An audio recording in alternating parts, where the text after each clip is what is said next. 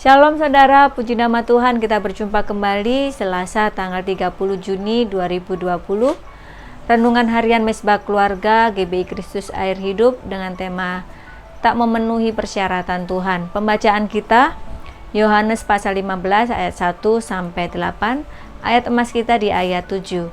Jikalau kamu tinggal di dalam aku dan firmanku tinggal di dalam kamu, mintalah apa saja yang kamu kehendaki dan kamu akan menerimanya. Saudara, ayat nas ini menjadi ayat favorit banyak orang Kristen. Mereka seringkali menggunakan ayat ini sebagai senjata untuk komplain dan mengklaim Tuhan agar doa-doanya dijawab dan segala keinginannya terpenuhi. Sekalipun selalu memperkatakan ayat ini setiap hari, hal itu tidak akan membawa hasil jika syarat yang diminta Tuhan tidak kita penuhi. Apa yang kita minta Tuhan akan berikan dan sediakan, asalkan kita memenuhi persyaratan yang Tuhan kehendaki. Syarat pertama adalah jika kamu tinggal di dalam aku. Tinggal di dalam Tuhan, ini berbicara tentang persekutuan yang karib dengan Tuhan, seperti ranting yang melekat pada pokok anggur. Tinggallah di dalam aku dan aku di dalam kamu, sama seperti ranting tidak dapat berbuah dari dirinya sendiri. Kalau ia tidak tinggal pada pokok anggur, demikian juga kamu tidak berbuah, jikalau kamu tidak tinggal di dalam aku. Yohanes 15 ayat 4.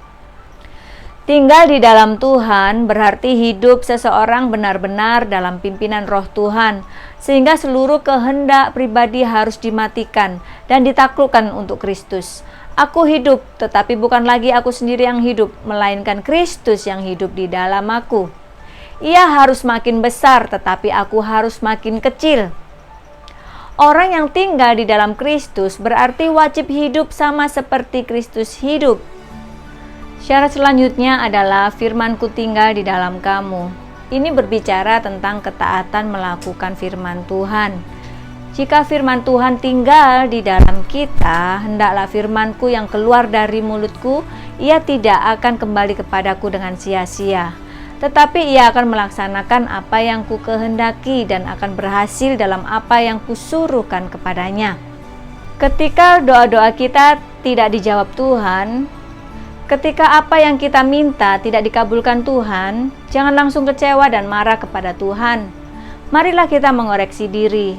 Mungkin selama ini kita belum memenuhi persyaratan yang Tuhan mau.